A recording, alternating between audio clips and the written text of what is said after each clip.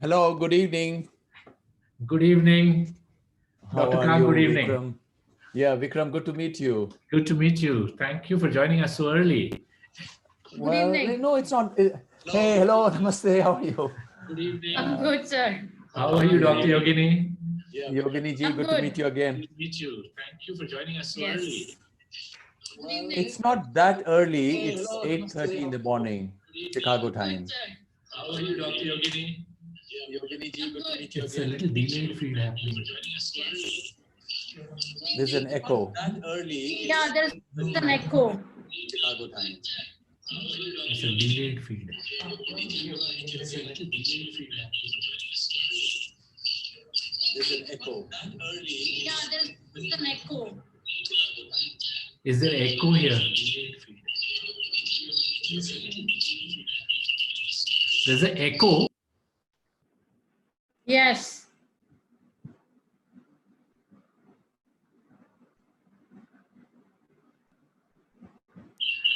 I think, Dr. Kak, when you started off that time, the echo started. If you could, maybe disconnect and join again. If you could just mute and connect again, please. I think, Dr. Kak, when you started off that time, the echo started. If you could, maybe disconnect and join again. If you could just mute and connect again, please. Dr. Kak, when you started off that time, the echo started. Close your YouTube. You open YouTube. Maybe disconnect. Yeah, I've already muted and unmuted many times. It's there even when I'm muted. Okay. Good. Is it all right now? Yeah, I've already muted and unmuted many times. It's there even when I'm muted. There is a delay somewhere. Are you relaying this on speakers or something? Camera off. YouTube खुला हुआ कहीं पे? YouTube खुला हुआ कहीं पे? There is a delay somewhere. इसमें तो ये है ना. Are you relaying नहीं फर्क नहीं this पड़ता. on फर्क नहीं पड़ता. speakers or something? Camera को close होता है. YouTube खुला हुआ कहीं.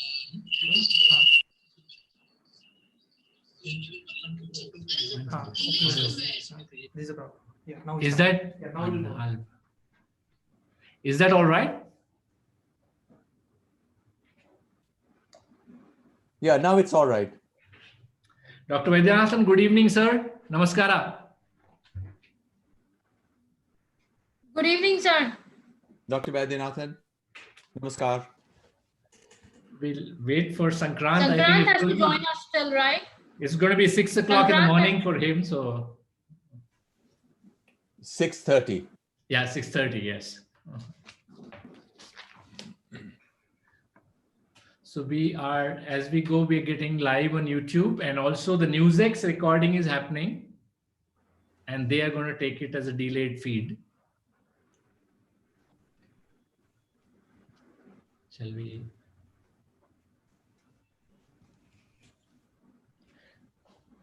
I'll give a text to Sankrant.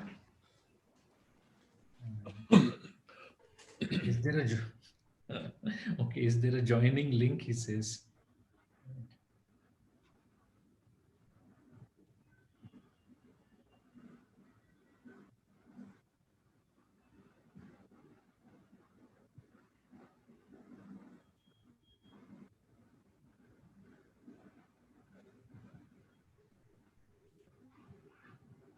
Yeah, Sankrant wants this on.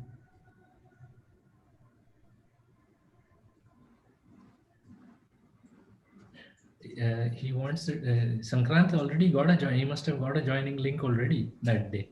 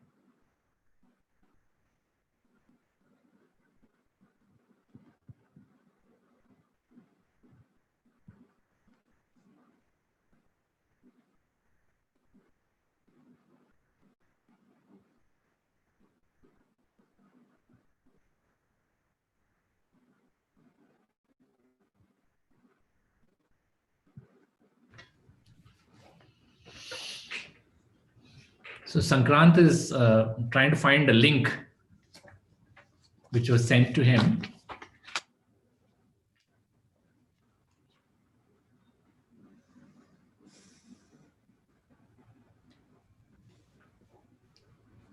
He must have already got.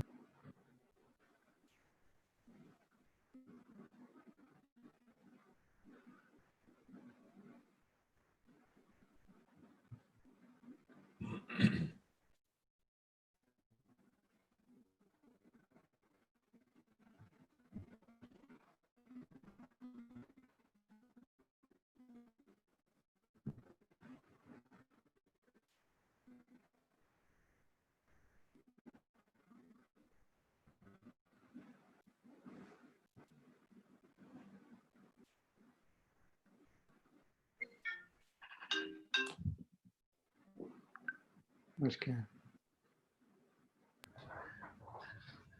Hello, namaste.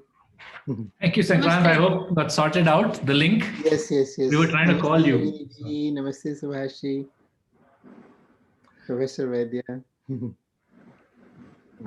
Thank you all. Namaskar, everybody, for joining. Am I audible to you all, gentlemen, sir, madam? Yes. Okay. So we have live stream happening on YouTube, and as I was telling others, Mr. Sankrant, the NewsX team is also recording as we talk, and they will be taking a feed later. So I will formally begin. Good evening, everybody, and namaskar. Yeah. Is there a uniquely Indian way about education? And that is the topic for discussion today with all you eminent gentlemen. What we find nowadays is that infrastructure is a buzzword when we talk about development in any society. But normally infrastructure is talked about in the context of the physical infrastructure all the time. The bridges, the roads, the dams, etc.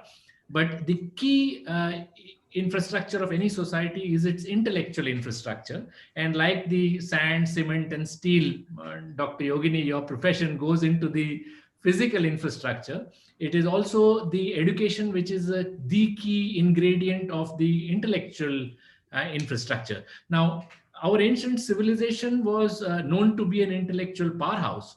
And I'm certain there must be an education system that was supporting that powerhouse, that it gave us people like Kanad and Sushrut and Panini and Aryabhat, and also tomes from Yoga Shastra to Artha Shastra, and also the fact that we were at that point of time known to be in a very economically vibrant era, and there must have been a fluent interplay between the practice and the theory part of it that we see in the architecture. So what really was that?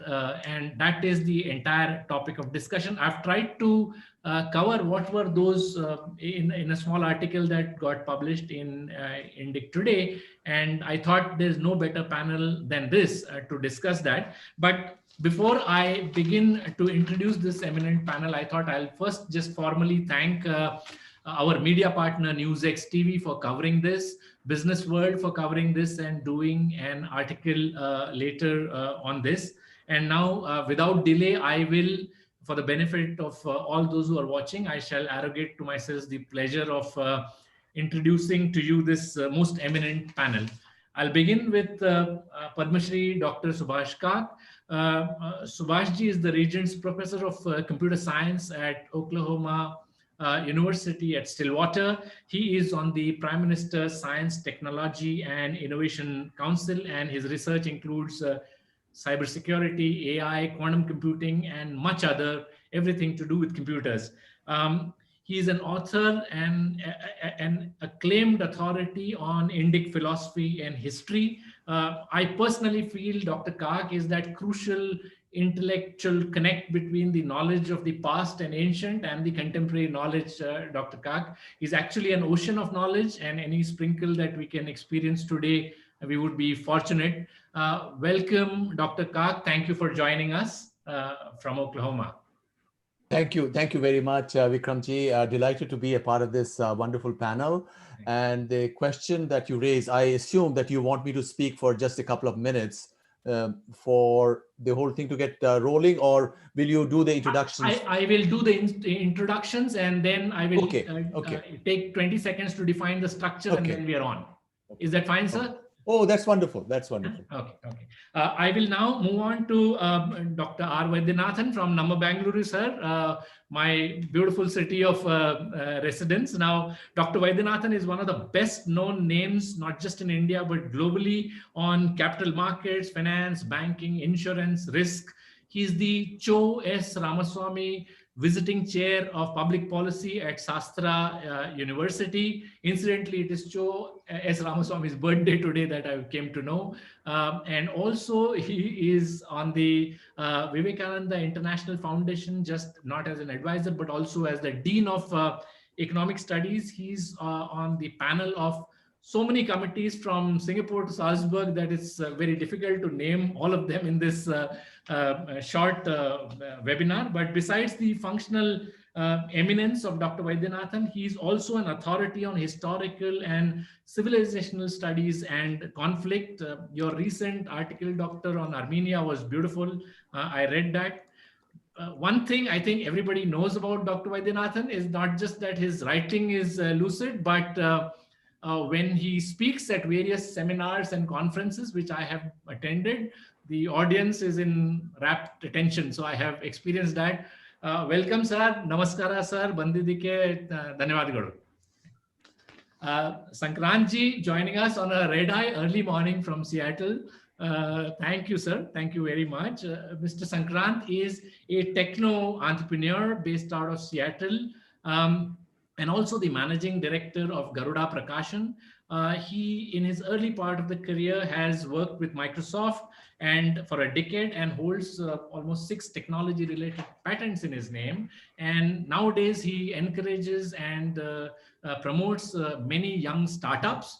Mr. Sankrant has written extensively and is an authority through his cross-cultural explorations on language, philosophy, religion, theology. I have personally watched your videos. The grasp on anthropological and societal sensitivities is just amazing. Thank you for joining, Sankrantji. And as your name suggests, he's bringing about a benevolent revolution in promoting the cause of the Sir and Krant is a Kranti that you're bringing about. And of course, Garuda Prakashan is also bringing about that much needed balance in the world of publishing, where a lot of Indic philosophy needs to be showcased in the right manner. So thank you, sir, for joining Sankrantji early morning. आप बहुत सवेरे सवेरे join कर रहे हैं, आपको तकलीफ दिया है काफी. Thank you very much. Thank you so much. Next, I move on to Dr. Yogini Deshpande from my home state, Maharashtra. तुम्ही आलात फार बरं वाटलं. फार बरं वाटलं तुमच्याशिवाय हा झाला नसता seminar. Thank you very much for joining. Dr. Yogini Deshpande is the CEO of Renuka Consultants and also an entrepreneur and a practicing civil engineer, but she's also the editor-in-chief of Indic Today. She's an avid reader, music aficionado, and I think all of us who follow her on Twitter, she's got a deep and a keen eye on whatever political going ons happening around us. So she's got a keen eye on that. Indic Today is really emerging as a choice to propagate ancient Shastras, Indic knowledge, Indology. I think it's doing yeoman service, not just Indic Today, but the entire Indic Academy. I congratulate you, Dr. Yogini, and thank you very much for joining in and enriching this panel. Just a quick note on the structure, as Dr. Kak mentioned earlier, is that we will do it in 3 sections. The first section is to throw some light on what are those distinctly Indian philosophies about our education system, which were there earlier and which were not there. The second one will be how and what aspects are so relevant that the world will accept them easily. And in the third, in today's contemporary time, how can we take those aspects and embed them in the global education systems, not just in India, because there are existing structures already available. So it's not primitive era. So we have to do it smartly. And how will they find it relevant. Each section will have a talk by the eminent panelist for 3 to 5 minutes each, and then we will open up each section for a 10-minute discussion on whatever questions and cross questions that we have. So I'll quickly begin with the first section, and I'll begin with you, Dr. Kak. I mentioned in my article on the education, our broken intellectual infrastructure in Indic today, that our education system, like any organic system, had a lot of assaults on it for the last millennium, especially beginning with at the beginning of the millennium with the Northwest invaders who specifically attacked the physical infrastructure. And this assault has been very systemic and systematic. The first attack, which was physical, looked at, kind of attacked the temple ecosystem and all that, which supported our education, followed by the now famous assault of the British through largely the Macaulay strategy of the mental assault, where it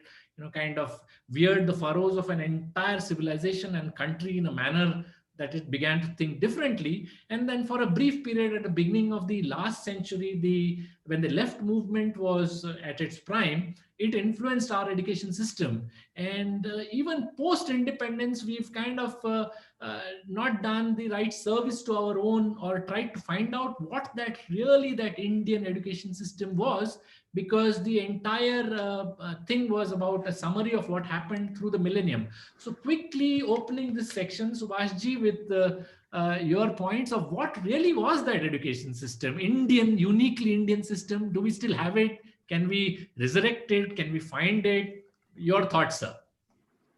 Okay, very briefly, education has two elements. One is the individual's discovery of oneself, but there's also a cultural aspect, because whatever you learn is within a context to your culture.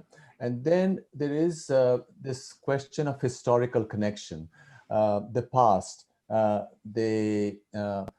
what's past is prologue, right? If you don't know what the past is, then you don't exactly know where you stand. It's in an individual's memory itself also. If you lose all your memories, you won't know what to do, even if your other intellectual capabilities were perfectly intact. Right. So in addition to the points that you've made, what one can add is that after independence, a decision that was taken by the elite in India, the political elite, was to separate India from its own historical experience. Maybe not political experience, because there were all these history books on politics or the story of kings, of course, from a certain perspective, but from India's own deep scientific and cultural or shastric experience. That was, I think, a conscious decision. I remember when I went to IIT Delhi to do my PhD, the library had no books before 1850. All the books in India discussed only events or things past 1850. So I think that a decision was taken, political decision by the elite, by Mr. Nehru's government, that possibly talking about India's much more ancient past would be considered inimical by certain groups. So let's put it all aside. Let's now just be concentrated on the present and use this idea, some naive ideas that had emerged in continental Europe about socialism and this revolution where you had to create a new man. Let's just do that. So it was possibly a kind of a cop-out, because you really cannot do excellence unless you are connected to your own past tradition of excellence. You look at Japan. Japan has done wonderfully well in all kinds of fields, but Japan is connected to its past in an organic way. So is Korea, although Korea has many other issues right now. But India decided to say, we will be only concentrating on the present, which is the reason, in my view, that we have taken a very short-term perspective on many issues and concentrated on short-term benefits even in policy decisions related to economy and everything else. And so this, I think, is a very critical factor. Now, we do have information on what the education system was like in the 19th century from the works of Dharampal, for example, his book, The Beautiful Tree. But we also must acknowledge that there were some issues. Perhaps Indian traditional education was not aware or had not given as much of attention as had to be given to other cultures and civilizations. Perhaps it was too concentrated on itself, which is a problem. For example, in the field of Sanskrit studies itself, Indians did not know that all of Central Asia at a certain point also had Sanskritic languages. You know, if you go to Xinjiang, Xinjiang was a part of the greater Indian cultural sphere. People spoke North Indian languages there, like Gandhari, or you had the Buddhist hybrid Sanskrit and so on. There were also Shaka languages of Central Asia, but they were also very closely related to Sanskrit. There's not one scholar in India, even in contemporary India, where this is not an issue which some other people might consider Hindu revivalism and so on. There has been, one must acknowledge, there has been sort of lack of inquiry or lack of energy to go further out. You know, you are not yourself, as we know, ultimately any system is defined through relationships. So India is not just India by itself. India is also India in terms of its relationships to the rest of the world, Southeast Asia, East Asia, you know, Europe, and so on. So I think there were certain elements, the Pathshala education needed to be reformed. But what the British did, the Macaulay education system, they destroyed the old system. India's estimated literacy went down from 60 or 70% to down to 10% by the time the British left. So it was a horrific period. So I'll just stop here and then we can pick up some of these threads later on. Yes. Just one small thing. Did it go back only up to the Macaulay's time, or did it go at the beginning of millennia, which is, let's say, around 950 to 1050? Did it begin to change from then or later? Well, clearly there were universities. There were lots of universities in India, like Nalanda and Vikramshil and so on, and they were destroyed. But these universities were generally Buddhist centers, and there was a large element. But this is, of course, not something negative, because that's how universities arose in Europe as well. Mm-hmm. So when they were destroyed, clearly the organized sector of centralized education collapsed. Now there were these ashrams or gurus, Gurukul, which was decentralized. And that system is what kept India alive, because other civilizations where things were totally centralized, they collapsed, they were totally destroyed. You look at all of Central Asia, for example, or Egypt, or Mesopotamia. So India is one civilization which survived, which is an amazing thing. And it's a testament to all the wonderful strands which give it strength. Dr. Vaidyanathan, sir, your opening comments, sir, about what is Indic, what was, whether something is left out of it. I've heard you in the past.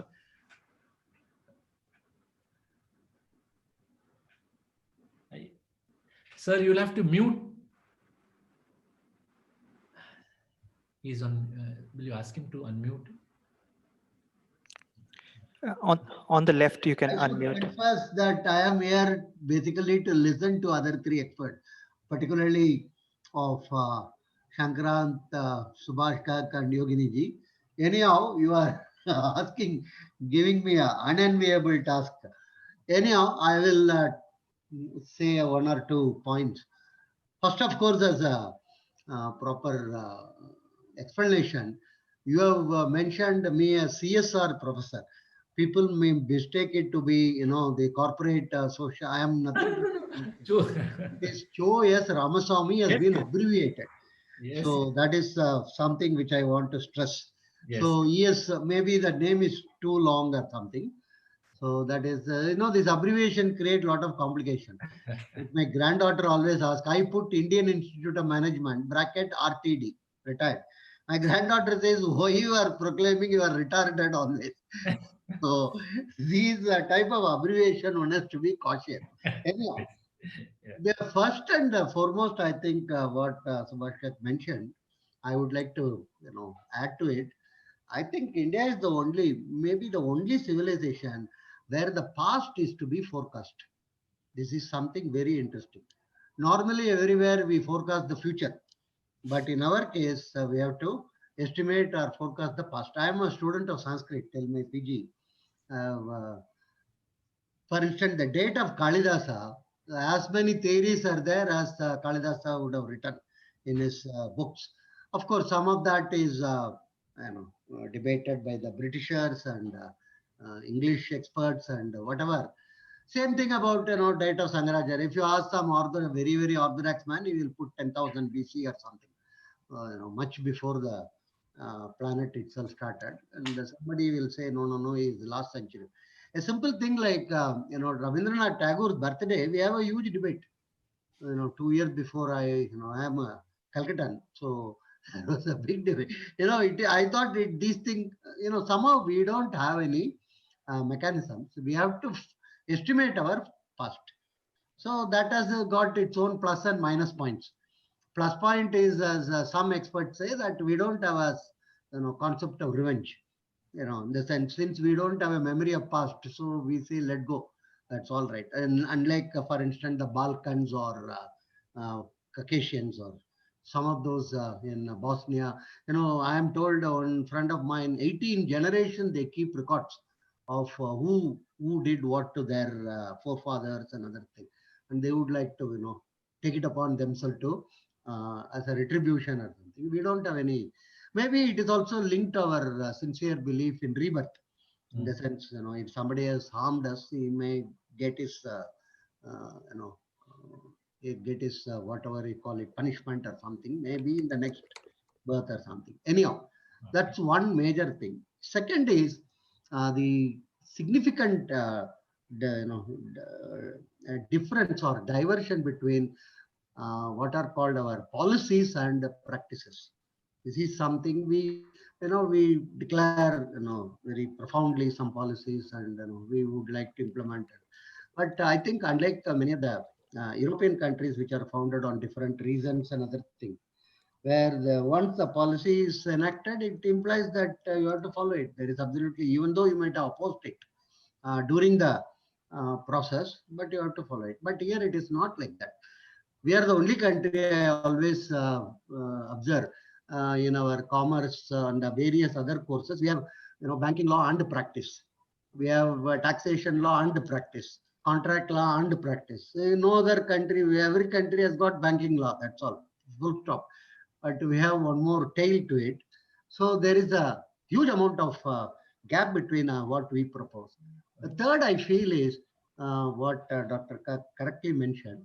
The society has done a lot more for education. I think post-independence, we have depended significantly on government. We think government, I think government, if you ask me very bluntly, government should quit education. It shouldn't have anything to do with education. Government may be in business, that's okay. It makes losses and it spoils that. But government in education, I think several generations are affected. Government should simply quit education. Again, let me repeat, it shouldn't have anything to do with, let it be taken care by the society. Society has organized itself well in terms of imparting education and creating all these, for instance, they introduced this, what is that called, this RTE, and several Hindu schools are getting closed in various parts of the country. Nobody seems to be thinking about it or anything. So I think government is a mess. I remember one interaction with Noor Hassan in the early 70s at Calcutta ISI. He came. He told he is starting some 12 or 13 social science institutes all over the country. And everybody asked, what is the... He says, very simple. After 25 years, like cockroaches, we will have only teachers from these places teaching in every university in the country. Very simple. He mentioned that openly. He was not having any what do you call ifs and buts and other thing. That is the aim.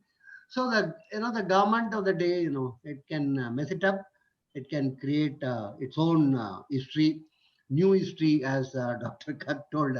Post to 50, post to 51, one more history can be created. So I think we must sincerely, seriously, maybe it will take 2, 3 decades to demand that the government quit completely the education. The last point I would like to make is, see, unfortunately, we have lost that generation of this grandpa and grandma being one of the, auxiliary or additional variables in education at the younger ages. That's gone now. So it has been taken over by the, so my estimate is roughly 40% of the education is obtained by youngsters from outside school, in the IT world, in the internet, in games and this and that and other thing. I think there is a huge amount of impact should be created by social group. Again, not by government actually. Hopefully, we should have somebody in the, in the current world, somebody like Anand Pai, who did Yemen surveys in the 80s and 90s in the print media, in terms of bringing out some of the, in a very simple and understandable language, the comics, entire our. So I feel that's very, very critical. There are a lot of youngsters who are growing up today without knowing Mahabharata and Ramayana. Forget about anything else. These two are considered as two pillars of our civilization. Actually, it contains gems of everything, but a huge number of kids are not having knowing anything about it. It's a very, very sad state of that. I think social activities like our Yogini ji is here. She knows Indic. They have got excellent publication and other thing. I think something should be done on a societal basis. I'm sure Sankarant is one of the ardent. He will also tell about local languages should be the. He will say, unfortunately, I have to communicate with him in English today. Anyhow, so that is the thing which these are the 3 points I would like to stress. So I'll Thank come you. back to you during the discussion stage on a couple of points that you mentioned. Sankranji, with you, anything Indic exists today or it's all lost? Do we have any Indian philosophy in our education that remains? No, no, it is not lost. It can never be lost. It has been going on for 2000 years and other thing. Okay. It can't. But what has happened is there is always the rise and fall type of thing. A small group of will always, like Swami Vivekananda told you, sit inside the cave and generate ideas. Don't worry about it. Over a period of time, somewhere or other, it will hit and it will make social changes. He was very clear about it. So like that, I won't say it is lost or anything. Okay. But unfortunately, it is not widely prevalent or practiced. People are not aware of it. People should be proud of it. I'm more concerned about the youngsters actually, in the those who are born in 2000 plus or that is the group which I think we should be seriously concerned about actually, in terms of Sankranji, their sorry, growth. sorry. Can we come to you, Sankranji? Hi, sorry. So your point, sir, anything Sankrant left from Well, early? the question you'd started off, firstly, it's such an honor to be on this eminent panel, just to be with Professor Vaidyanathan, Professor Kak, and dear friend Yogini also. So very, very nice to be here. The question you had started off in the beginning was, what was the Indian education system earlier? Yes. And so let me just weave a couple of threads and add to what Professors Kak and Vaidyanathan have mentioned, which is that we have to really start from the essential notions. What is Vidya? What was the aim of education? And what is the and how does Vidya even relate to education? Does it even relate? And then the tradition talks about para and apara Vidya. So what is para and apara Vidya? How do we understand those ideas? So in some senses, para Vidya is knowledge of the absolute, and it cannot even be grasped through the mechanisms of the senses or anything. One has to go through the experience of actually realization. And Yeah. that, to me, some maybe couple of decades ago, maybe a little bit before that, one of the shocks almost to the system, since I also grew up with this very modern Indian education with all its concepts and all its stereotypes about what the past was. The big shock was to realize that Indian society was one of the possibly only societies in the world, but a very rare uh, place where the entire structure of society, including education, was aimed towards having the human beings move towards liberation. Yeah. So the liberation was really the entire point almost. Right. But not I would say maybe not the entire point, because there's of course dharma, artha, and kama in the four purusharthas, which are also recognized. So moksha is a key organization principle, but then there is dharma, artha, kama, which is also very legitimate strivings. So Yeah. that is the context in which we look at it. So I go back to the notion of para and apara vidya. There is the aim of liberation, and then what is the aim of vyavharik education? And that is preparation for responsibility. Somebody asked me a few years ago if I were, how can I define, they wanted me to talk about creating an education system or an alternative, and say, do we even understand what is education? Can we define it? So at least one definition that I've come up with is education is preparation for responsibility. How do we become responsible? And then there are different circles of responsibility. So I start with being responsible towards myself. And this is where all of the yogas and all of the meditation, dhyana, everything comes in, because I start by being responsible for myself and my own emotions, my own reactions. And then I expand the circle of responsibility. What does it mean to be responsible for my family? What does it mean to be responsible for my neighborhood? What does it mean to be responsible for my city and my desha and my entire sphere, my nation, Yes. if you want to use the English term. So that is one dimension to look at. The other one, and Professor Vaidyanathan has of course done a lot of work on social capital in terms of jatis. Yeah. And I'll bring one anecdote. I was reading, I think, the history of the Chettiars, and I was very struck by how the jati system was a knowledge transmission system. In our contemporary discourse, we have just got one view of jati. It has been turned into caste, and of course it is an evil custom and it has to be taken out, and that is the only view that you can even look at it or study it in. But there is another view, and as I said, Professor Vaidyanathan's research is on the, but just very anecdotally, I'm not an expert on this at all, this particular aspect, which is that I was reading in this book where the Chettiars were merchant bankers. They had a vast banking network. They controlled more resources than the Imperial Bank of London. This is talking about the 17th century, 18th century time periods. By the time the child was 6 years old, they would be learning compound interest tables in their head. By the time that they were 12 years old or so, they would be apprenticing to a local bank or a bank sent to a bank to be an apprentice.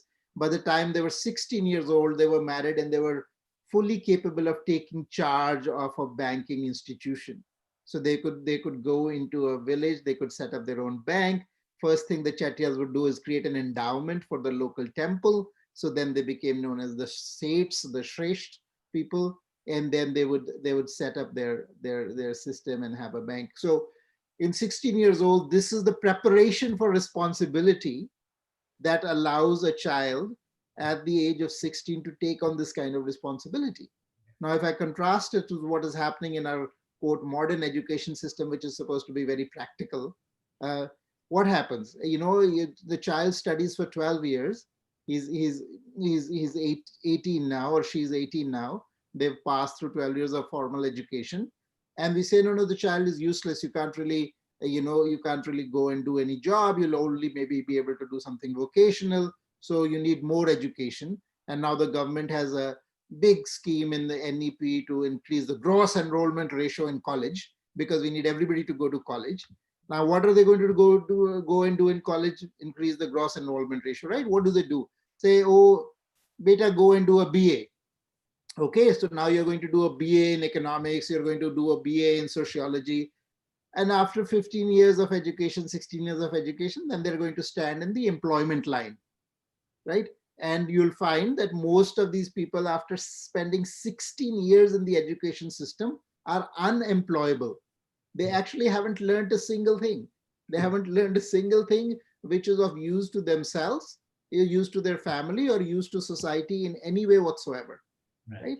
So this is really, if you were to really contrast what is the ancient system of education which versus what is happening right now, this is where I would kind of point to it, and then we have to go back and say, okay, so that was then and this is now, and what do we do going forward? Actually, very lucidly put, Santra. Actually, two objectives, the practical import and the spiritual import, were kind of weaved into the object. The Hitopadesha shloka that at least I started my article was pretty, the Vidya Dadati Vinayam shlokas very nicely puts the entire objective, rather the hierarchy of objectives in context. But yes, we'll park these two objectives, that the objective was then was different to objective was now. We'll move to Dr. Yogini, and then when the discussion stage, a lot of points from you, Sankranji. Dr. Yogini, your thoughts on what were the subtle Indic aspects that we so valued earlier and we may have lost, or perhaps are there subliminally today as well. So your thoughts on that. Firstly, thank you for inviting me to this panel.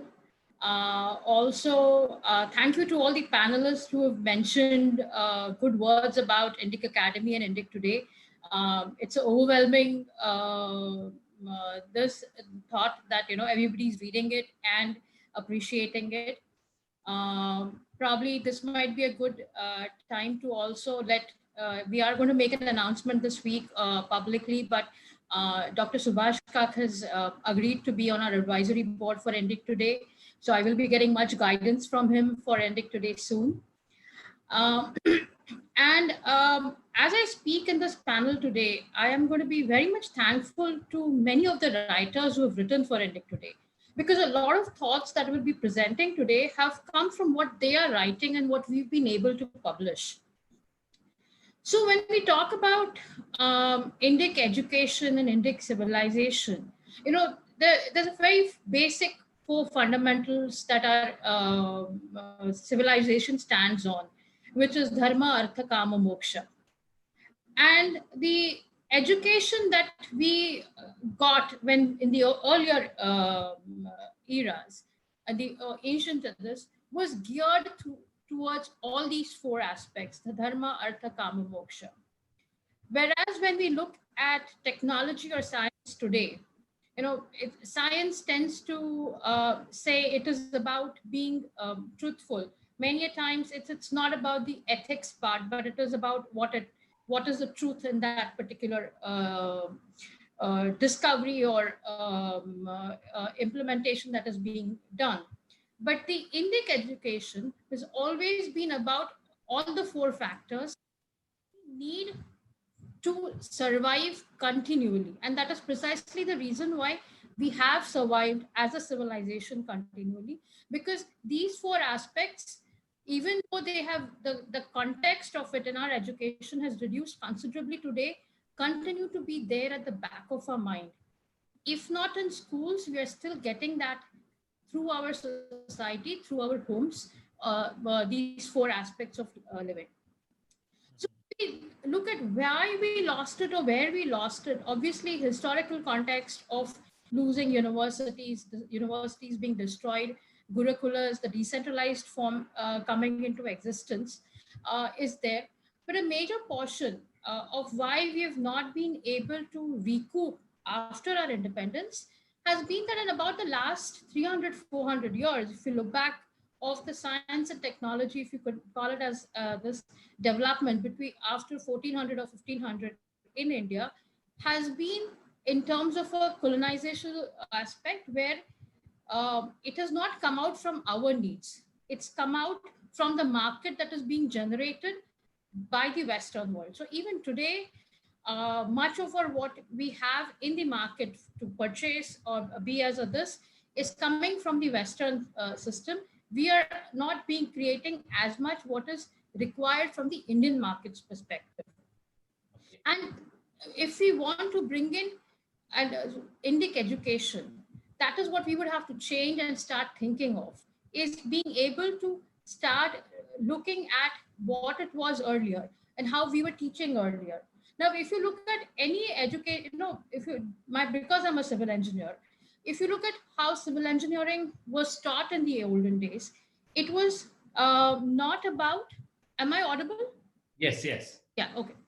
I thought I was lost. I mean, Absolutely. sorry about it. Civil engineering was a combination of different aspects of mathematics that being utilized together, of different shastras being utilized together to create a building or to create a structure. But eventually, especially those structures which have survived, have been about, you see a sense of spiritualness in that. You look at even if you look at the ruins of Dholavira, if you look at the Harappan ruins or the temples which are fairly in a good condition compared to the ruins, we'll notice a sense of spiritual development also within the mankind of that time. So always what we see is that the education eventually, if you look at Ayurveda, which is considered like a fifth Veda in itself, also is again the eventual goal of it, of following that particular science, learning about that particular science, is again about going towards moksha. So there was always a sense of spirituality in whatever we were trying to learn or achieve. Correct. Other thing I think is very important in our this is, while we talk, when we say dharma, people immediately think in terms of religion. Our society has always been very excited about science. So if you look, today people, astrology is always related to horoscope in India, and somehow about understanding what my future holds. But actually, astrology as such developed for a completely different context. And we today do not have that standing in the international system of things or acceptance, that we had been able to understand many aspects of astrology or astronomy far earlier than other civilizations. And I think Professor Subhash Kak has written an excellent book on this perspective about the diameter of the Earth and the distance between the Earth and the Moon, and the significance of the diameter ratio. Thing. So, pardon? 108. Yes, 108. Yes. So some of these things. So it's just amazing that we had this information, and today we do not know how they were able to calculate that, but we now know that they were able to do that calculation. And obviously, people who did this mathematics, who did this scientific discoveries, were not somebody who were not accepted by the society. So, which is unlike the Western world, where scientists like Copernicus or Galileo and many others have had to go through a lot of backlash from the church. So it has that's the beauty of our culture, that is, even in those days, where giving ideas which may be different from what people were perceiving at that particular time was not looked as being against the norm of what religion per se at that point was. Even today, if you look at Swami Vivekananda's works or Aurobindo works, they are so much aligned with the scientific thought, unlike many of the other religious practices. So I think this is something that we have to remember and build on, and I think we will be able to build on it. Thanks, Doctor. Dr. Kak, one small thing, open up a little discussion on this. One of the things that I find is that the ancient education system was pretty systematically revolving around the various koshas. You know, the Annamaya kosha got done, you had the Upanayan ceremony done. After that, as soon as the mental state got over, the Vijnanamaya kosha took off, you were sent to the Acharya, the Gurukula system.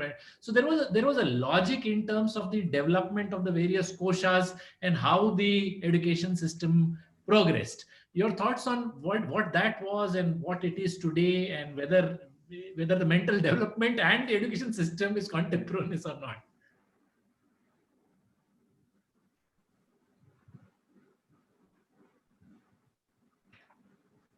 Yeah, thank you, Vikram. The whole question of the distinction between para and apara. Apara is vyavaharik knowledge, and para is paramarthik. The deeper knowledge, and there are all stages. I think Sankrant put it so well. The question also could be posed in terms of the distinction between shiksha and vidya. Shiksha is what you learn, where things are sort of made through samskaras, a part of your own experience through which you relate to the world. And that's what was an element, clearly. And we have all these stories from the Upanishads and the Puranas about how students did this or that in the ashram. But we also must be pragmatic and look at how is it to be done in this modern world. Because in the ancient world, where there was a greater organic relationship with nature, right? You could go to the forest and study under the trees and this and that. Now we live in the world of technology, and we must embrace technology also. It's a part of the world, because it does, if it's done properly, it can exist in harmony with nature as well, to the extent one can do it. And that, of course, is always a challenge. And there is this whole question of sustainability and so on, which is an element of that challenge. But we must embrace all of it. And that offers challenges as well as opportunities. The challenges are like the one that Professor Vaidyanathan mentioned, that we have the government running the whole educational system within the country. And because of ideological reasons and other reasons, they don't want to necessarily provide all the perspectives that a person should be exposed to. And this is a problem not only in India, it's a problem in the US as well. Right now, you go to the university in America and you're going to be brainwashed into a specific worldview. And if you question that, you're going to be under a lot of attack, right? So this is because ultimately all centralized institutions are about power. And as technology has caused assimilation of more and more power into these institutions, therefore, based on certain reasons or certain factors, the people who run these institutions are going to impose their view on everybody. Something like what happened in the Soviet Union in the 1930s. The Lysenko affair, that you can only do this kind of biology and you can't have some other kind of biology. So these are the challenges. And I think in some way, the challenges in India are more extreme than in any other society. Well, in any other, I'm not talking of totalitarian or asuric societies or countries in the world. I'm talking of, let's say, free societies like the US. In the US, you can also choose to homeschool your child. Maybe you can't do that in Europe. In US, you can also send your child to a religious school or a religious group, or some other group can put a school together, and it's not impossible to get permissions to do that.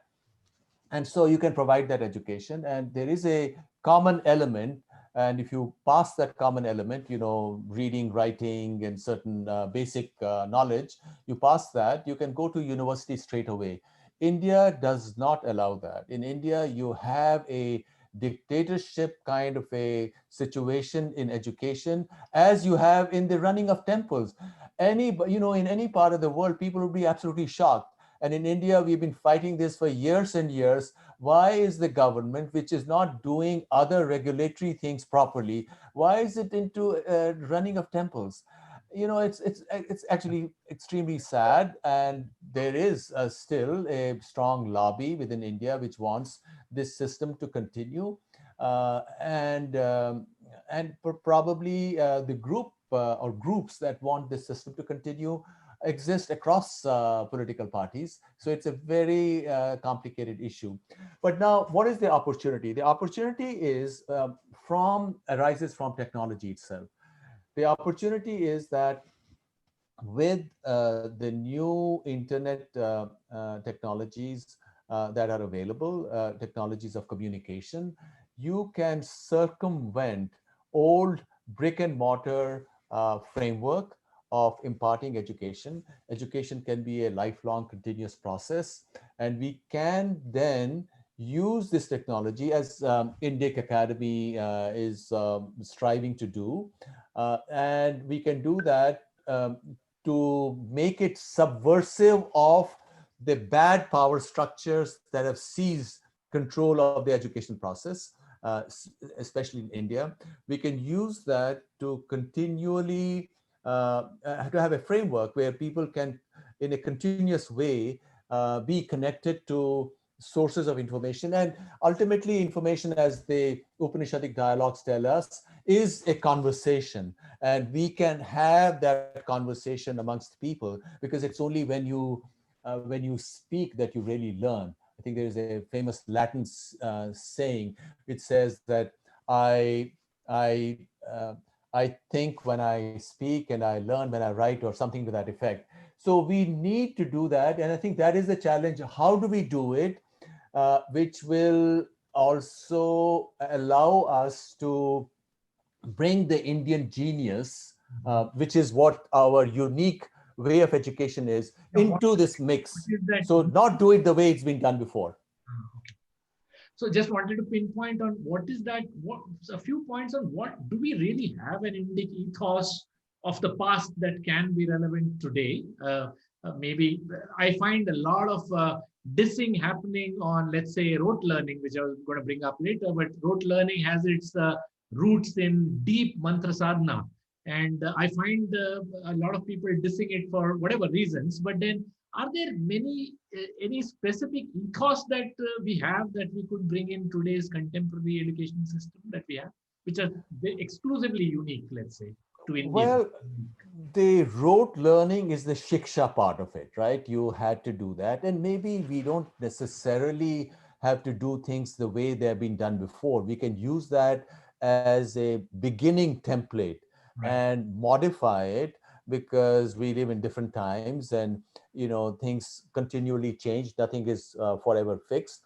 But shiksha was the beginning of Vidya. In Vidya is when you challenge. In fact, as you know, in Mundaka Upanishad, it's even stated that even the Vedas are apara, because ultimately para Vidya is beyond all shiksha. It's beyond words. You have to obtain that deep meaning within your own heart, right? So I suppose I'm not against the general framework that we have, and there are many um, uh, experimental schemes like the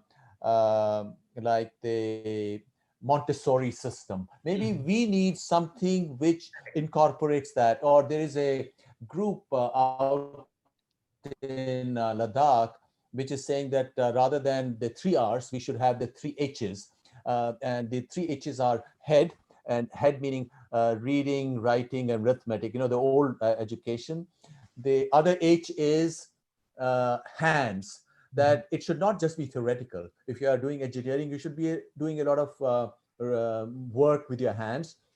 Or even if you're doing English or other subjects or Sanskrit, whatever, you should also be doing essays, which is what is done in the US. The US education might be bad, but there's a lot of emphasis on writing essays. You learn a subject only when you're doing those tutorials where you have to write some stuff in your own words. And the third H, according to this group, is the heart, which is the higher adhyatmic uh, part of knowledge. I think that's what we should be doing. And we don't have to call it 3H, whatever it is, or you could even call it the Vedic system. But there's got to be some thought given to as to what kind of a actual structure in terms of how to set up these conversations. Of course, you have to have a shiksha element, and you also have to have subjects like music, which music, Samaveda, is closer to the heavens. If Rig Veda is the body, is Annamaya, Yajur Veda is the Pranamaya kosha, Right. Samaveda is the Manomaya and the beyond. So we have to bring in those subjects, because one of the problems in Indian education is that it's wrote to an extreme extent. Even I think Sankrant wrote a wonderful essay on this, or a tweet on how somebody with a degree in computer applications had never done a word of coding. All the computer science had also been taught as a subject with definitions and so on. So we need to bring in those elements in order to ensure that the student is not divorced or separated from the fount of creativity within their own hearts. Okay. Sankrant, to you, can you help us find out some specific Indic philosophies that existed, which perhaps are relevant in today's day and age also?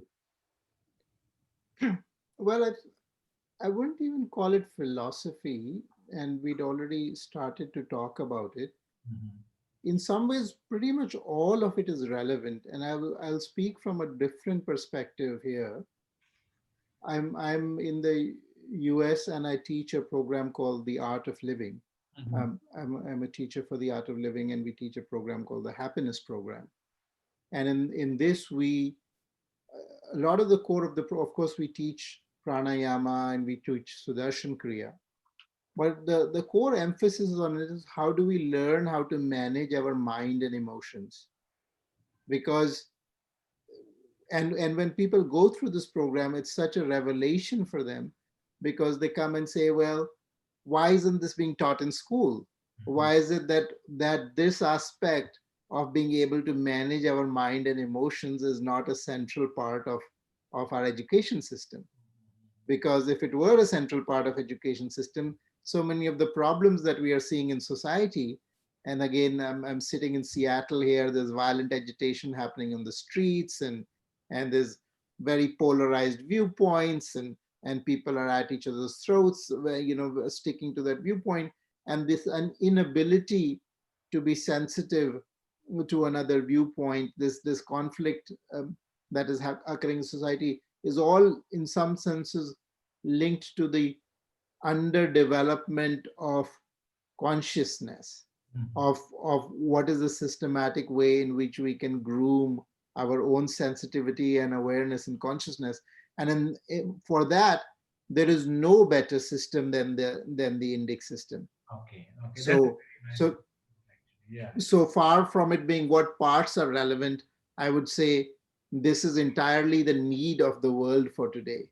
Is how do we bring that that into our education system so that we are well informed, and also not well informed like from a mind perspective, but we are well developed really, as human beings. Is there a subliminal aspect of an old, perhaps forgotten education system, Dr. Vaidyanathan, that most of our academic brilliance is displayed by Indians, not just in India, but world over, from ISRO to NASA? We've got some brilliant people in academics, scientific research, corporate world, everywhere. Is there a baseline educational ethos, despite the going through various systems of recent construct that we have, that makes it unique for these people to succeed all over the world?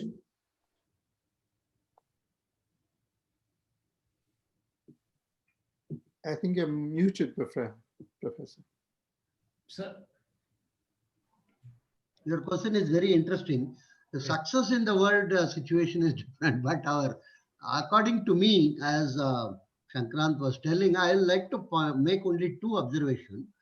One is our education system is not rooted to our soil. Fundamental thing. For instance, let me give two examples. Our economic development primarily is due to caste system.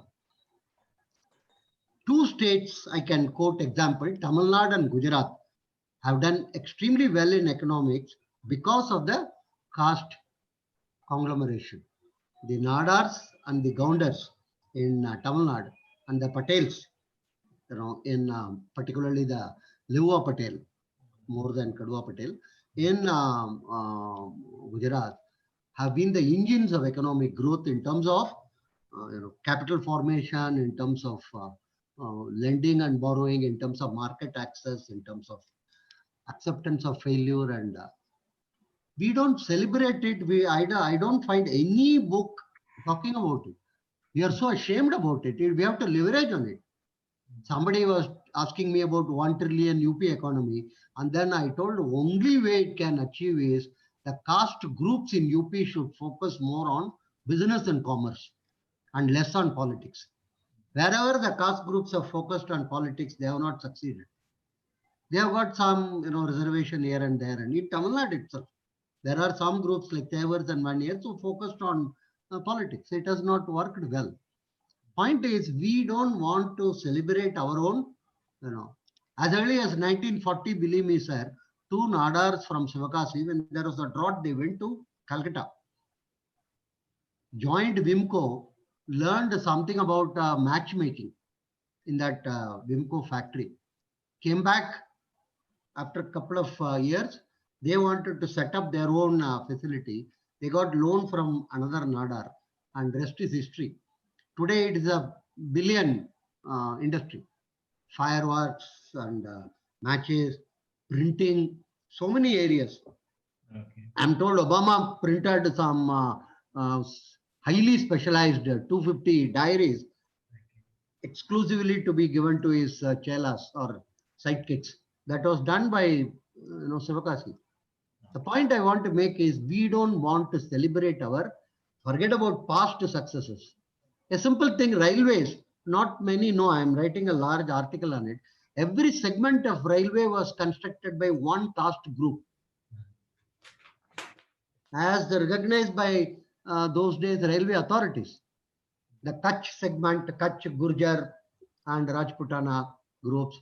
Southern segment, Velama, Kama segment. So everywhere the railways were built by caste groups.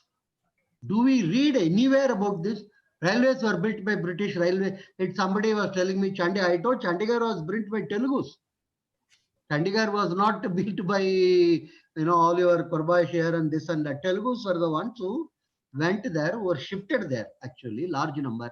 The point is we are far away from our roots in understanding our thing. We should have textbook. We are again and again reading about Lee Iacocca has done this and all this. Nothing wrong about it, but we should also add these our successes. Second point is, which Dr. Subhashi was telling, the internet-based learning is going to liberate us, hopefully from government. Let me again and again tell, our single point agenda is government should quit education. If they don't quit temple, that's wrong. They earn money, that's all. But in education, the next 20, 30 years, future generation, they are screwing it up. Today, not many will know about it. 40% of our non-government education is controlled by church. This NEP and other we are talking, I asked somebody, is it going to be covering them? They told, we don't know. 40%, not a small amount. So what is happening? Net result is Linkayats want to be declared as non-Hindus in my state. There was a huge agitation on it. Everybody wants to be not Hindus, minorities. Ramakrishna Mission filed an appeal in Supreme Court. Fortunately, they rejected it. They told we are not Hindus. Can you beat this? Talking of systems, We are in a very, very extraordinarily difficult situation until and unless a single point agenda. Government should quit education. Net-based communities can develop, which will be taken interest by the recruiters in terms of jobs and also in terms of flexibility. Same fellow can be professor in more than one institution. It's not attached. Second is you don't require 100 acres of land to start a university. Today you require in India. And most of these university fellows are real estate barons. Nothing to do with education. They have 100 acres of land, you start a university and declare themselves to be chancellor and provide doctorate to themselves. yes, that is. This will go hopefully by the net-based education. I think government should, everybody is talking about government leaving temple. It's important, but more important is government shouldn't have anything to do with education. That's the reason why during the Mughal time, during the pre-British time, we could survive in terms of our local secular education. The British came and introduced the concept of government in education. Till then, there was no government in education. Yes. Mughals, of course, I shouldn't use a strong word. They were illiterates. They didn't have, have any clue about education. So they left it at the, the desert culture and other thing. So they just carried something from here and sold it to the Europe, algebra or Fibonacci number or whatever it is. That's all. British is the one who created government running educational institution. That's a purely European idea. So we should say government should quit. All governments, I'm telling seriously. The society can regulate itself, organize itself, and make much better, what you may call in terms of tools and availability. These are the two things I would like to stress. Yogini, I will take the opportunity to jump to the next section, which briefly Dr. Kak also mentioned, that, while there are various systems like Montessori was created by Italy and then kindergarten by Germany, and then various 10+2s and 9+4s and so on and so forth were created largely by the European nations. So can we create our own system like this? And more importantly, why would anybody accept a system like this? What aspects of it will be very relevant for people to accept it? This why can't we, like he mentioned, why not something else? Why only Montessori or kindergarten or a 10+2? Can we have another completely unique system which people will accept, not just in India but elsewhere as well?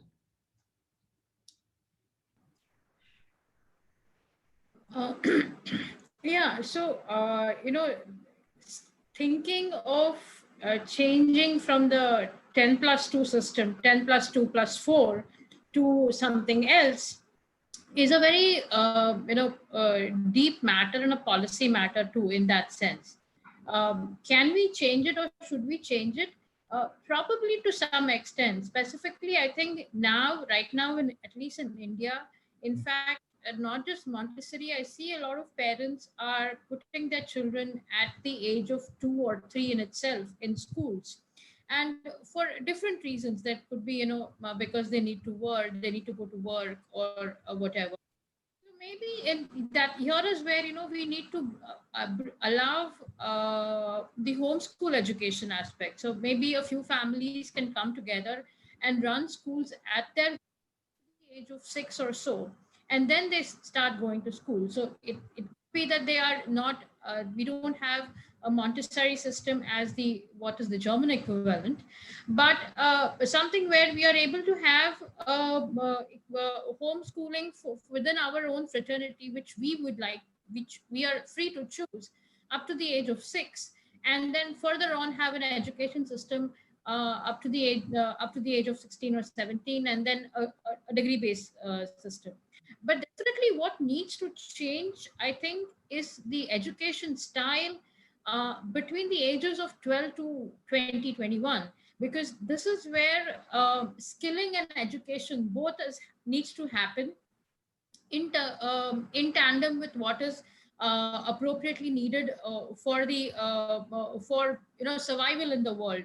And as Sankrant mentioned, and I have also seen this as an entrepreneur as well as an editor at Indic Today, that students who pass out with a civil engineering degree or a English and Arts, BA in Arts, or an MA in English degree are not necessarily their horizontal understanding of a particular system, understand, being able to sort of hop from creativity to actual work to calculation, and bringing all of the three together is very, very poor.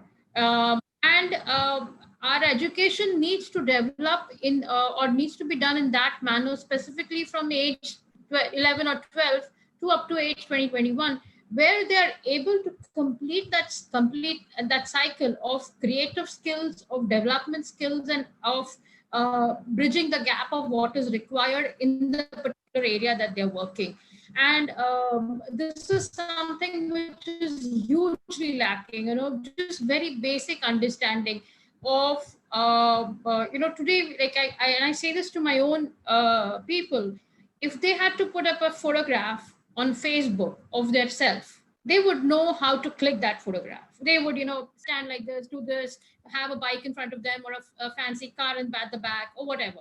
Now you send the same person to somewhere else, or he or she has to work on a report, and wherein now that same aspect of creativity, of knowing what photographs should be picked up or how a photograph should be clicked for a particular report, that understanding is lost. And you're left to wonder if the person is actually not is doing this because he's dumb, or he's doing it because he doesn't want to do the job. And it's probably the latter part, that he's not able to do it or he doesn't understand it. And somewhere that I say, that education and skill and understanding of creativity is lost in today's this, and that needs to be developed definitely in our education system. Sankrath, why not? I read probably you may have also read about a very beautiful system suggested by Osho, a multiplier of 7, a 7 plus 7 plus 7 plus 7.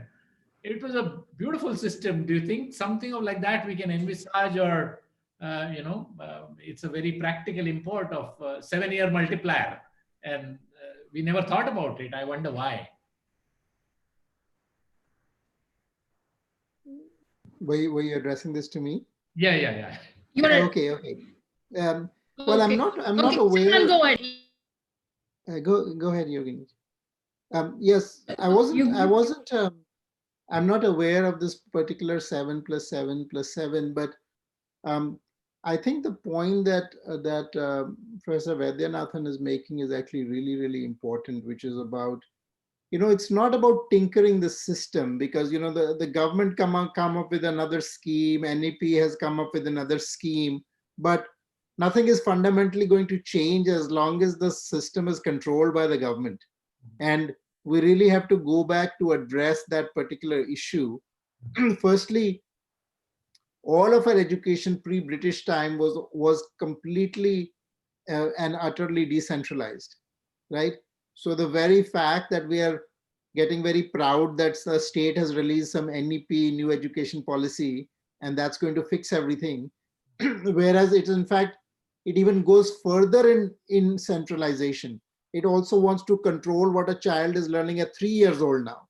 Now they're saying preschooling education, also the state is going to tell you exactly what you're going to do with your child starting from 3 years old. So this might be borrowed from some kind of communist kind of systems where everything has to be like regimented and controlled, but it has no bearing whatsoever to how the Indian system used to work. In fact, even if I look at the United States, and there's been many articles and things where I've written where I criticize Western society or I criticize the US, but at the very least in their education, they have administrative decentralization. And that would be one step forward for India if you have to emulate a model, which is that in the US, the education is organized by school districts. And school districts are They can be sub-city units, or in a very small town, there can be 2 or 3 towns that are part of a school district, or in a big city, there might be sub-city units. Now, the important thing to remember is these school districts are completely independent. They're even, in fact, independent of local government, which means that the people who are running those school districts are directly elected by the people. The school board is directly elected by the people. It is not an appointee of the governor, of the chief minister, or what have you. It is not coming from that. It's directly. And secondly, their revenues are also directly coming from the sort of mandatory allocations. So the politicians have no say in it almost. Right? What is happening is there is a mandate where certain percentage of the property taxes of that area will go towards the funding the school district. And so they get their revenue, they get their autonomy, and then they're able to manage locally completely. And this could definitely be an intermediate model towards what we really want to go, which is what Professor Vaidyanathan is suggesting, which is society controlling education. We need to take a step forward from the entire government bureaucracy getting out of education. So we don't need an NEP, we don't need any of this, we don't need RTE. What we need is the government to get back into its cabin and stop fixing the people, stop fixing the society, which is eminently capable of managing itself. And what the RTE did is really fascinating, especially in the context of what Professor Vaidyanathan is saying, which is 40% of education outside the government is being controlled by the church, and the RTE increased that percentage. So people think right to education was supposed to, it is something very nice and benign. It was very, very deliberately engineered during the UPA era for this reason, so that you're basically taking away all autonomy, even the autonomy that was earlier. Also, the state was very draconian, but the RTE even took out that limited autonomy that Hindu schools had and pretty much mandated everything about the school.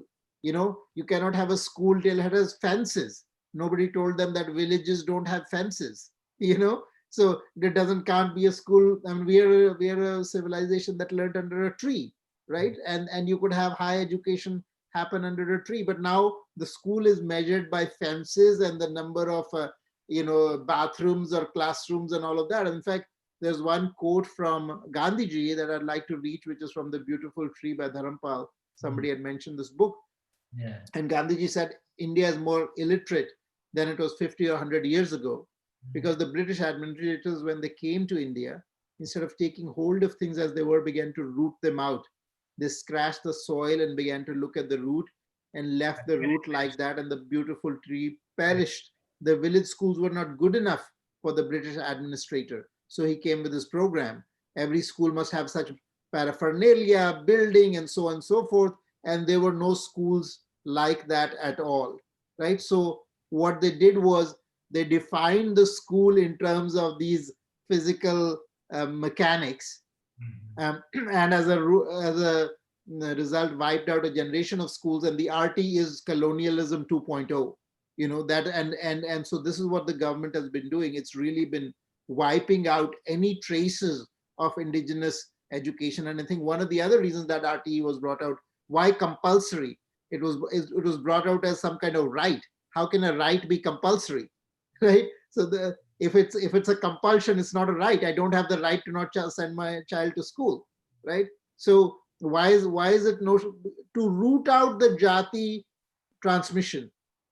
Because children were still learning in a knowledge even today. And if you look at what is the result of that, if you look at today, almost all the the professions that have this transmission, or not, even if you take a electrician or a plumber or any of those professions right now, you will see they're dominated by one community, which is not having this RTE requirement, where other kinds of schools are allowed to be legitimate schools. So they may or may not send their children, or they might have 1 or 2 outdoor schooling. So these are very systematic ways in which the government has literally come in and created colonialism 2.0 and destroyed what was remaining of indigenous Is education. there a, can I raise a contrarian point on and address it to Dr. Yeah. Kak? Is that from what Professor Vaidyanathan said and what Sankrant also said, that the fact that uh, Indian education or Indic education in the past was largely in the private domain and there was no state interaction. That is the truth.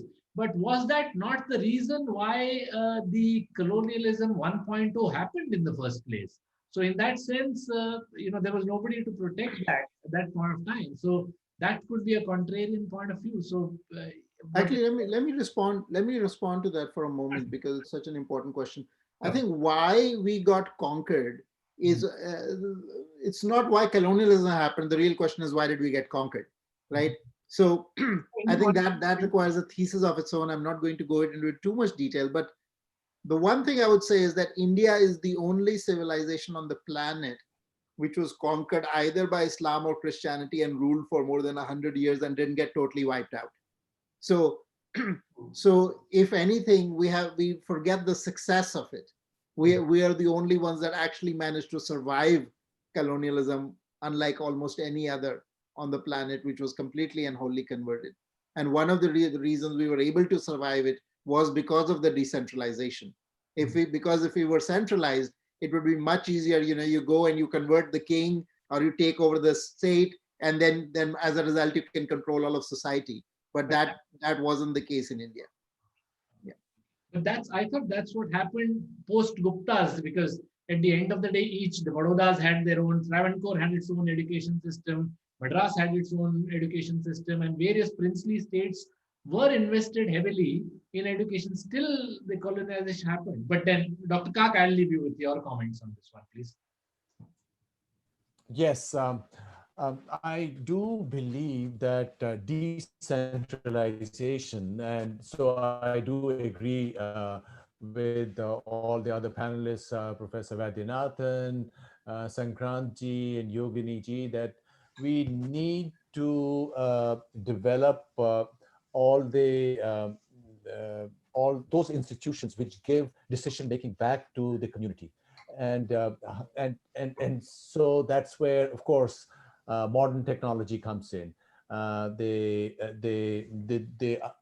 The change, the fundamental change that education is experiencing all over the world. Because, as you know, Professor Christensen of the Harvard Education College uh, uh, estimates that half the colleges and universities in the US will go bankrupt in the next dozen years. So the colleges here are going to be, here meaning in the US, are going to be under tremendous pressure as well. And why? Because with pervasive automation, more and more jobs will be done by machines. So society will have to change the way education has been given. Because why did colleges come up? Because you were training students with the proper credentials to enter into various employment streams, right? But now a lot of that will be gone. In fact, some people say that about 95% of all the jobs that there are require only knowledge of Excel spreadsheet, right? So why are people even going to college? And students are not interested, as we see here, and they pass their exams and then they forget that, because it's all information which is available to them anyway at their fingertips, right? You can Google it. What we need to give to the young now is not just information, which is, as I said, easily available, but the vivek, the discrimination, to make sense of all this free education, to distinguish what is fake or what doesn't hang together from what hangs together, which takes us back to Vidya. What is the very nature of one's own self? Because if one knew that, then one would also know how to deal with all the challenges that exist or occur in one's life in an uncertain world. In fact, I was talking to an American professor just the other day, and the whole question of the matter of discipline and ADD, the attention deficit disorder that we encounter in the US. And an obvious way to deal with that would be to let kids learn various skills related to calming the mind. And I think they do that in the East. They do that in Japan. A kid is also asked to sit quietly. Or we used to do that back in India. You know, you just sit quietly. That was the way to do it. And that's not how they do it in America. So we need to go back to all these skills and also have both shiksha. Sorry? What would you, Dr. Kak, call these skills specifically? Is there a nomenclature that we can give them? These kind of skills which, you just talked. Well, skills related to yoga. I think yoga has become a broad term and yoga is everywhere. People want to do it all over the world. So related to that, and also bring in the other vidyas that were a part of the education, the other kalas that we hear, for example, in the biography of Buddha Charit, right? What were the other kalas and vidyas that a kid went through? So I think what we need to do is to go back and draw out a and say that this is what would be a good mix. Just as we in India, and this is of course addressing the very heart of this discussion today, in the West, in many liberal arts colleges, what you have is called the 100 Great Western Books Program. So, and these books are on the shelves and you can read them, all the way from Greek tragedies to Roman writers to English authors or French and German and so on. We haven't even now created a list of those 100 great Indian books. I believe Indian Academy is doing something on it right now, but this is something, we've been free for 70 years. And prior to that, people had a general idea of what the great books were, because people like Vivekananda, as we know the whole story of Vivekananda and Nikola Tesla, he came here in 1896 and he spoke about what his understanding of Indian physics was. So he was schooled in all these great books, which people knew of. Maybe there was not a formal list. So we need to do all of this. I think this should be one of the most important things. And if we had these 100 great classics and they were freely available on the internet, and people were guided that you want to know about India, learn or go through all these books. For example, my own estimate is that the greatest narrative in all of world literature, and I know the Western literature also very, very well, I can tell you, the greatest narrative in all of world literature as a story and also a book of wisdom is Yoga Vasishtha. But why don't, it's not a part of Indian curriculum. This is the greatest book there is. And Even people can read it at so many different levels. Kurals also, Tirukural. The Tirukural Yeah, also. yeah. I mean, we have to have the Tirukural. But Tirukural is more of precepts, Yes. Here, Yoga Vasishtha is a story book. Yes. It's a novel. If you are a young person, you can also view it as a novel. As a young person, you don't want to read dry stuff, and you want to read a storybook so that you internalize the wisdom indirectly. Because, okay, what is the Indian way? Anandavardhan and Abhinav Gupta spoke about it. They said, you don't learn if somebody speaks down to you. You learn through dhvani of the book, dhvani of the artistic composition. The dhvani speaks to the Atman within you indirectly, to the mind within you indirectly, and awakens you to the knowledge that already exists within you, of which you're ignorant.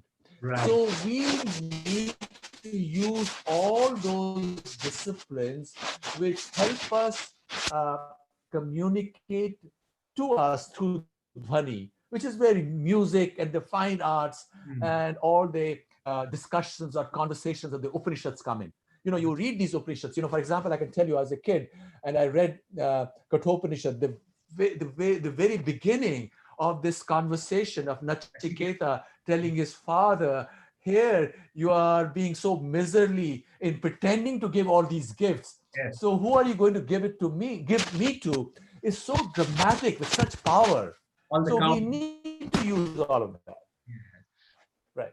Brilliantly put, Dr. Kak. I think last 5 minutes you've been very specific of what really is the Indic way and what we should bring into our system. And very nice. Yogini, can you also, since we've already touched around 80 or 82 odd minutes, I've got only some 12 to 13 more minutes.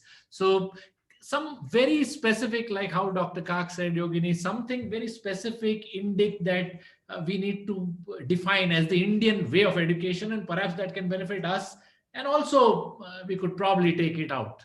Like how he mentioned the books, the Yoga Vasisht, the cultural ethos, we need to educate that on yoga. Is there anything that you have in your mind? A very specifically Indian.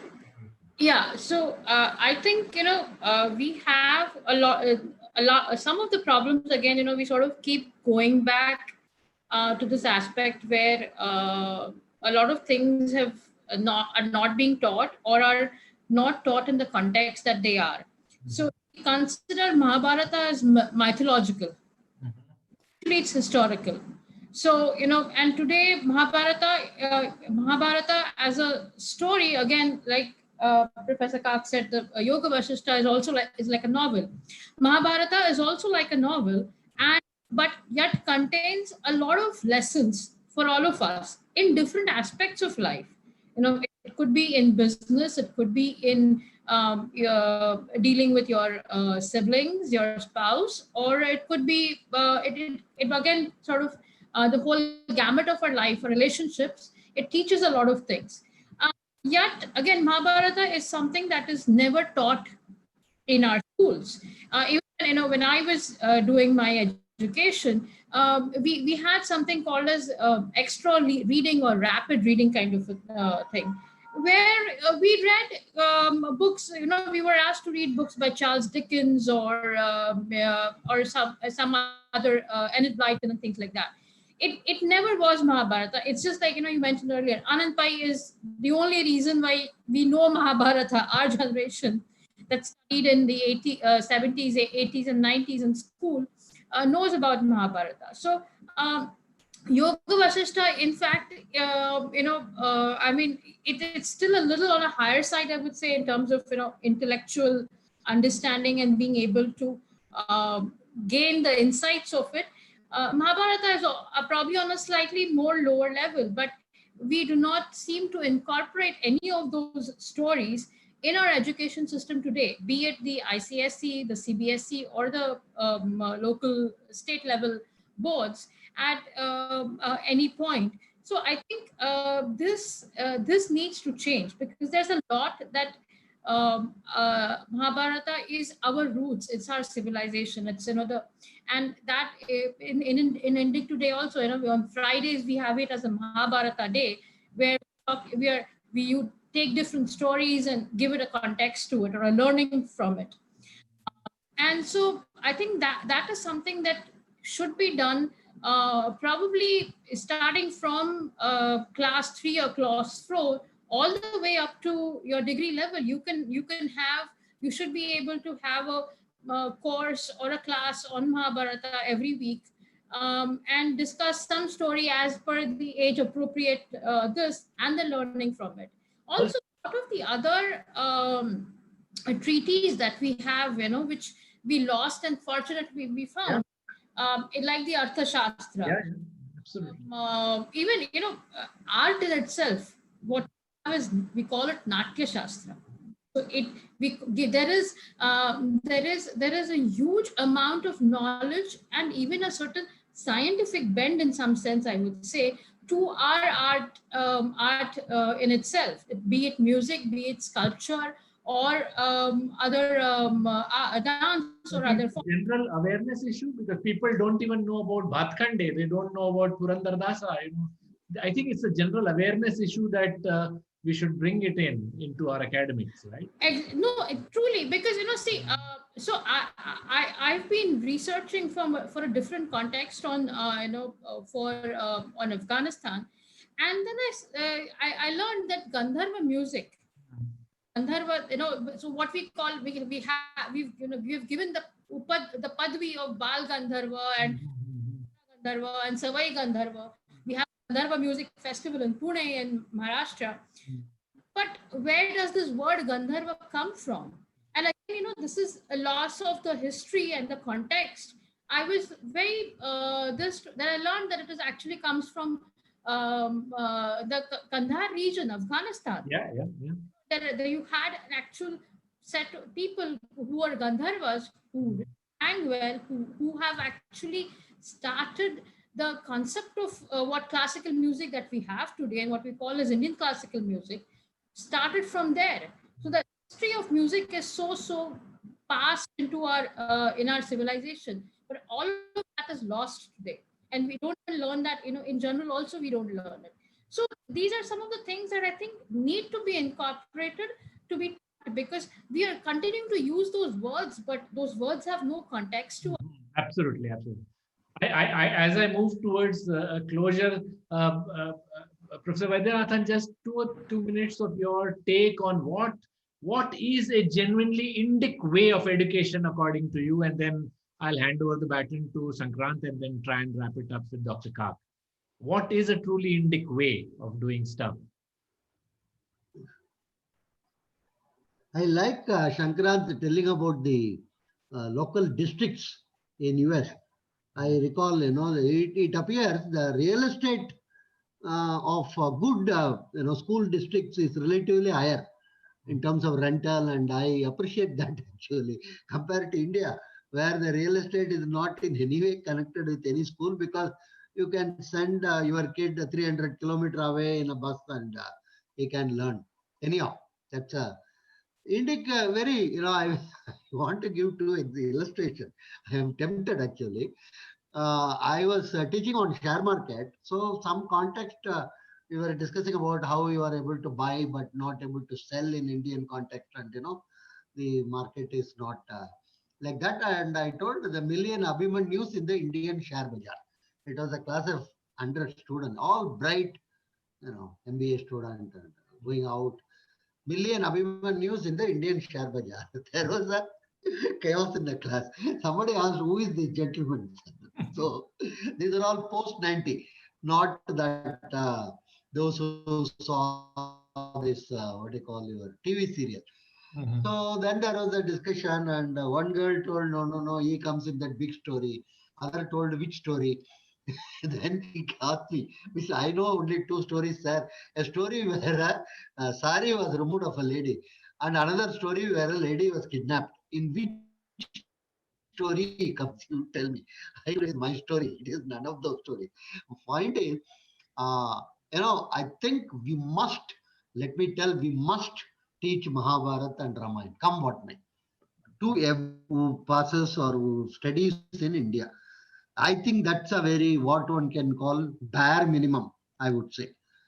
Not, not a very detailed, technical another thing. At least the second is, I also want to mention, in a strategy course, one of my colleagues wanted to introduce this issue of Vidura Nidhi and Bhishma Parma. Bhishma's dialogue about who should be the king, and it's a very interesting thing actually. And he is telling Dharma, how to conduct the affairs. Very, it's some 30, 40 pages, and it's a very elaborate.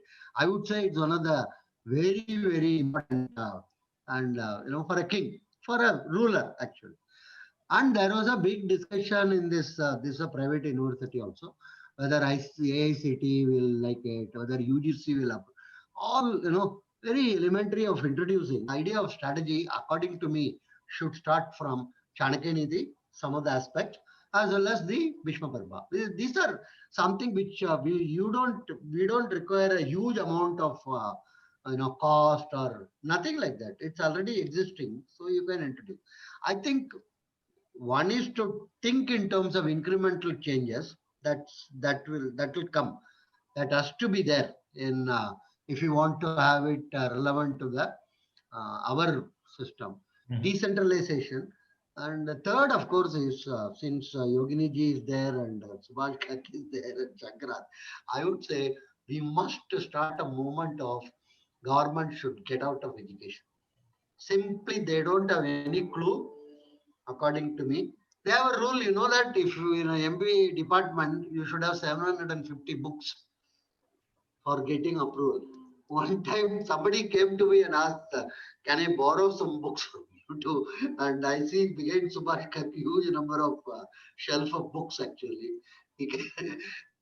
So I asked why. He said, no, I have to. So one is I am very glad about the technology and net. This will destroy the current education system. I am very happy about it because you can have 3 good rooms and a good server connectivity and you are a university. Right. You don't have to have 100 acres of land. You don't have to, these are the only, and then one IT professor was telling me, you know, when NRI is teaching in our, I told he can teach everywhere. I am telling future of education is freelancing by experts.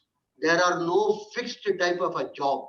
One fellow is a professor for lifelong, no need at all. He can roam around just like a Prohit in my place, who goes to areas, or a doctor.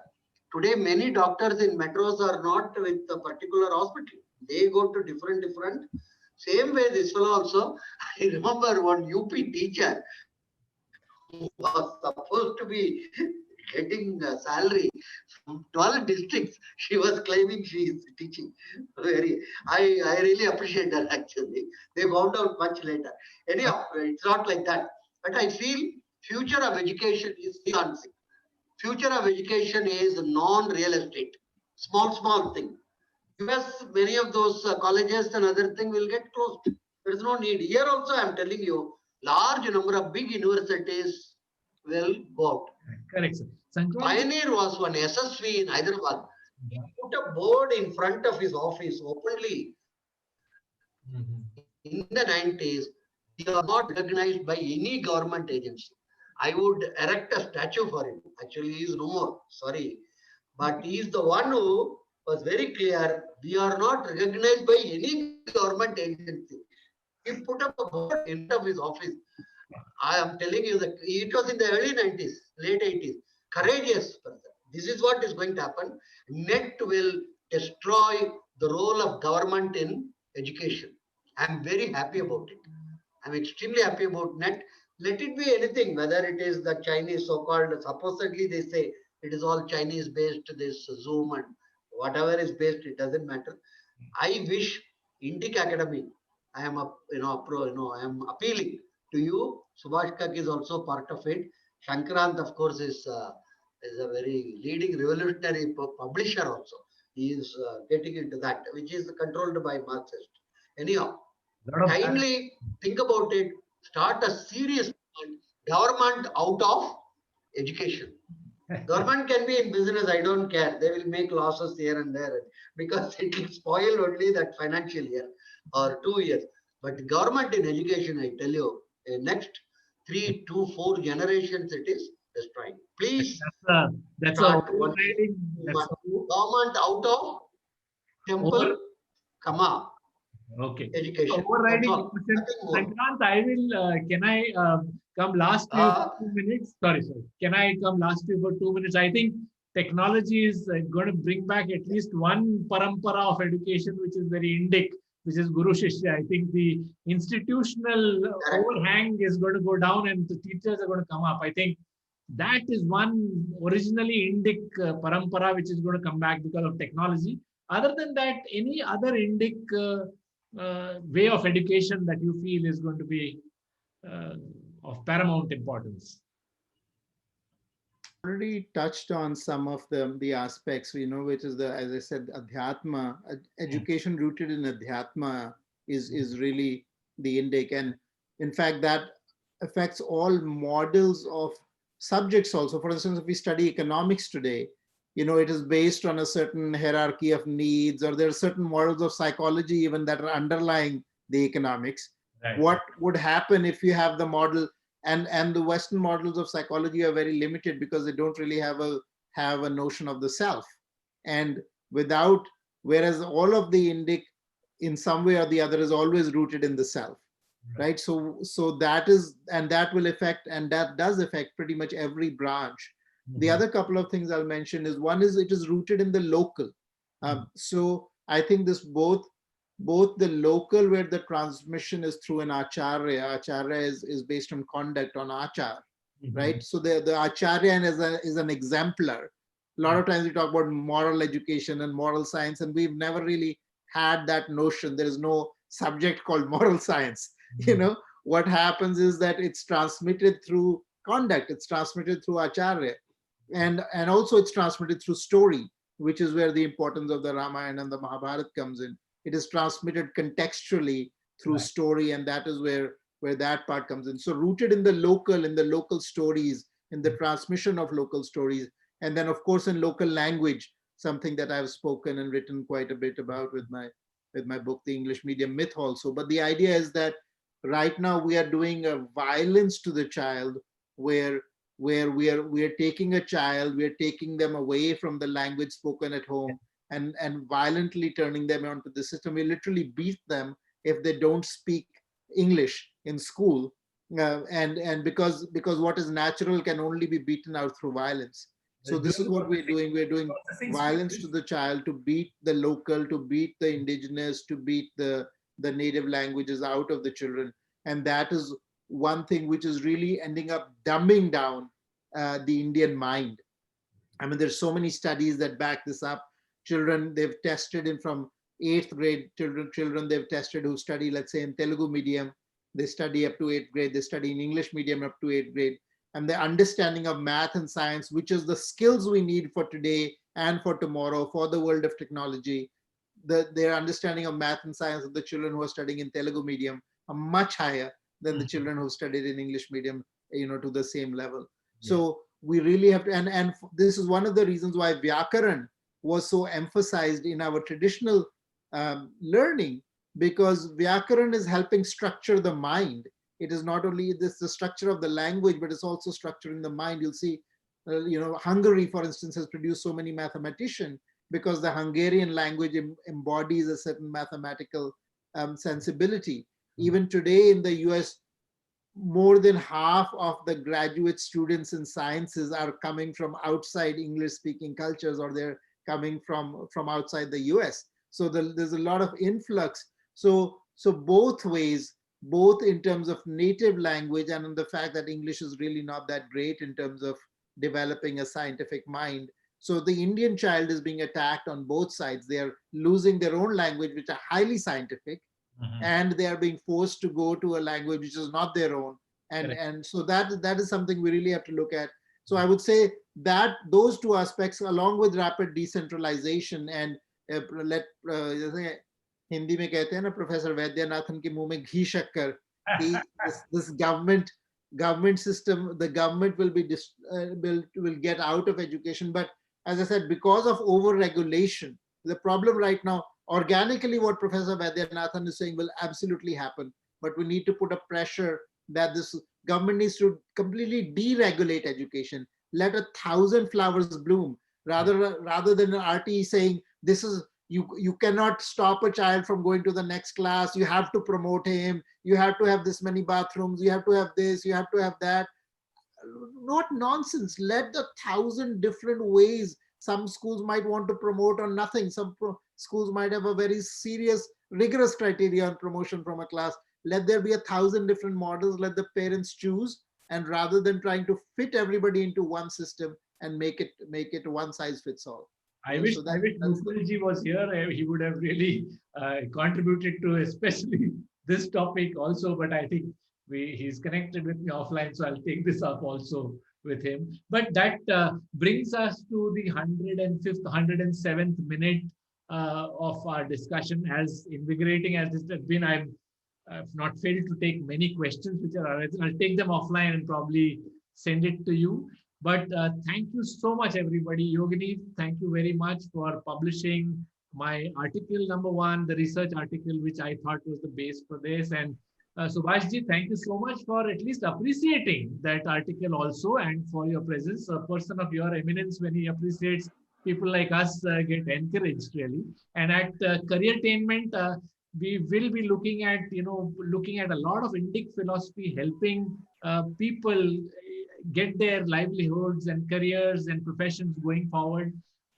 Professor Vaidyanathan, thank you very much. I'll meet you, sir, in Bangalore again. We are neighbors. I think this COVID thing, once it gets over. Thanks to Sridhar, he connected us on this one. Sankrant, thank you so much for your early morning red eye. I'm sorry, you could probably go back to asana now, and you must have missed.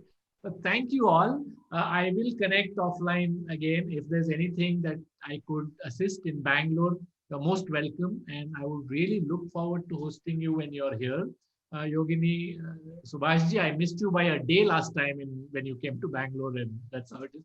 Sankrant, I look forward if you're in Bangalore next time. Absolutely. I'll look you up in Oklahoma, hopefully next time when I'm there. Right? Thank you, sir. Thank you very much. Thank you. Thank you, everybody. Thank you.